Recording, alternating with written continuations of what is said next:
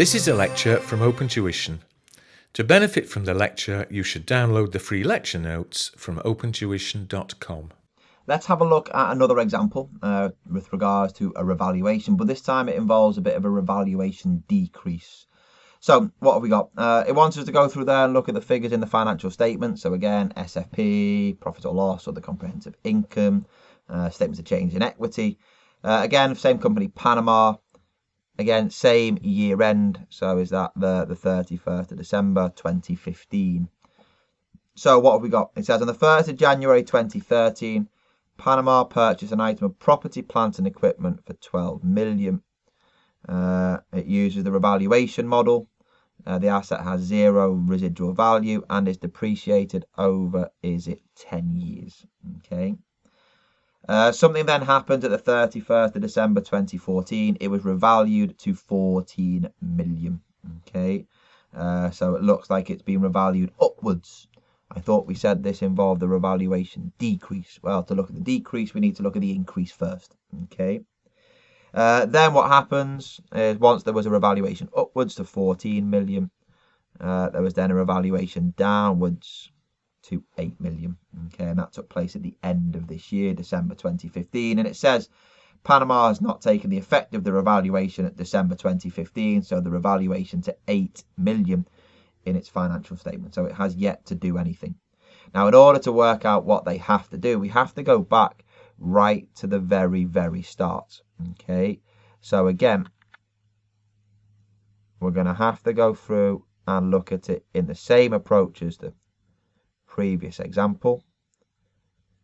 We'll look at the narrative, historic cost, revaluation, and the surplus. Okay, so what we've got there is we look at the cost.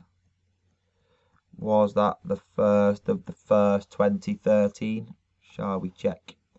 Yes, it was 1st of January 2013. We bought it for 12 million. And then we are going to depreciate it, aren't we? The 12 million over, was it 10 years? However, do just be careful. The next part where we need to work out the value of the asset is at December 2014. Okay, so we need to work out the carrying value at the 31st of December 2014. So is that 2 years? Okay, 13, 14. It took place at the end of 2014. So 12 divided by 10 is 1.2, multiplied by 2 is there as 2.4, isn't it? Which gives me a carrying value. Is it there? 9.6. Okay. The revalued amount at 2014 was 14 million, wasn't it? So we can put in the 14 there. 14 less the 9.6, does that give me a surplus of 4.4? Okay, that would be the revaluation gain that in 2014 would have gone to your other comprehensive income. What we've got now is we now need to go through there, don't we, and look at how to account for this revaluation. Is it there? The 31st of December 2015, isn't it? Okay, so what have we got? Well, we will have now depreciated this asset of 14 over the remaining life. Is that there of 8 years? Okay, so 14 divided by 8 is there, is that as 1.75. If you want, you can make it 1.8. It's entirely up to you. Okay.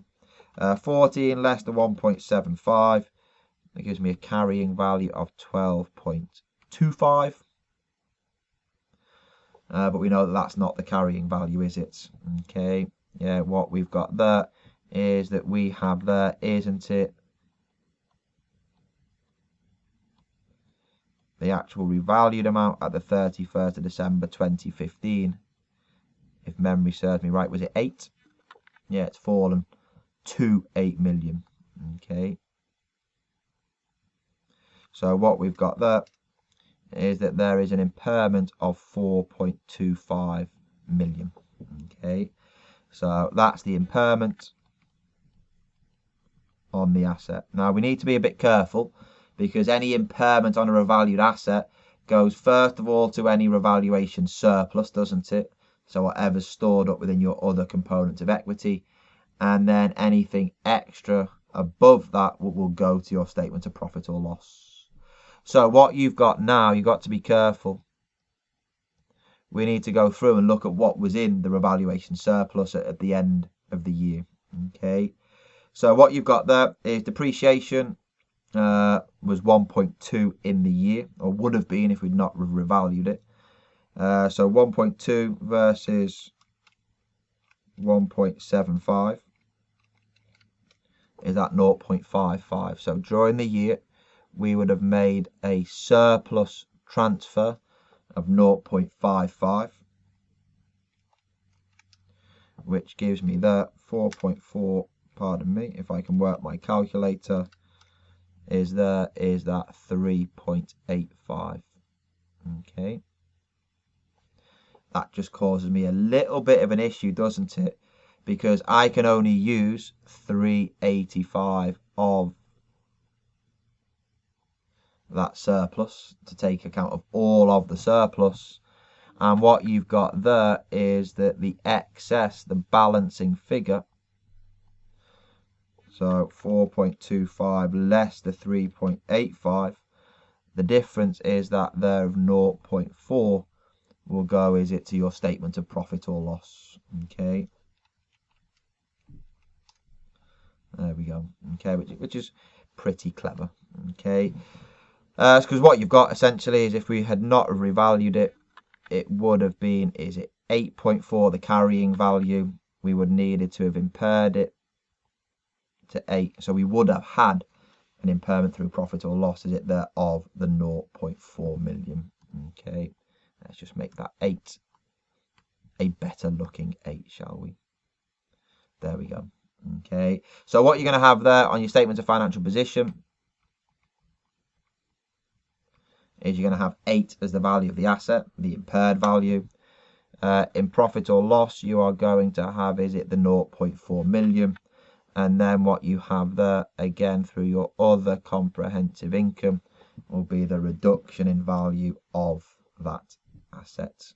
Okay. Again, the depreciation is what you show on the statement of profit or loss. Okay. Just to finish it off, I suppose we should try and put it all in, shouldn't we? To the financial statements.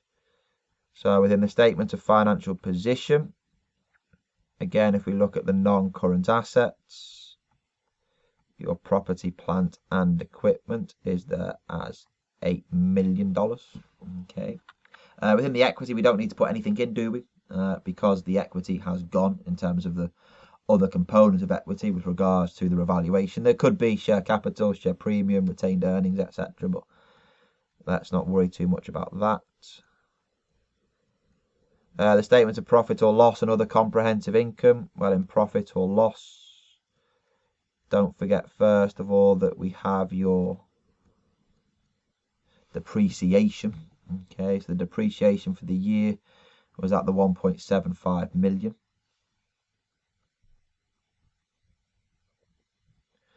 We also have the impairment.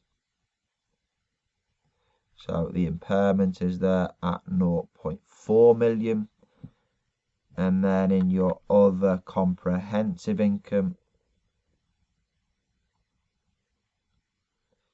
you have your revaluation loss. Back to the working there. Your revaluation loss is there, is it at 3.85. Okay, so at 3.85 goes through OCI because that's where the previous gain was held, and that's where therefore it would be taken to.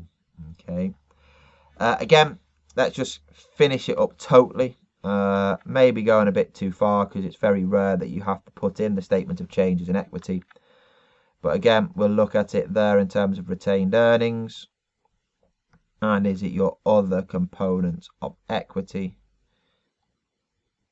So we've got our brought forward. We don't know what the brought forward retained earnings were, but we do know what the brought forward other component of equity was. It was there at 4.4. You've then got, is it that transfer, whereby 0.55, I think, was it, came out of other components of equity and went in to your retained earnings. And then what you've got there is that the figures from the statements of profit or loss and other comprehensive income. I don't know what the profit figure is for the year for retained earnings, but I do know that we took out, was it 3.85 from my other component of equity,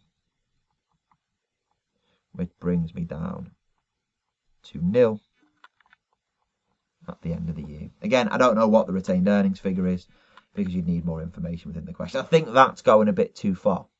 Okay, but I think it's good to go through there and give you a full comprehensive understanding, particularly at F2 level, where essentially anything goes. Okay, so make sure you're happy with that example. If you can do that, you can do anything with regards to PPE within the exam. You may even be able to do depreciation within the next video.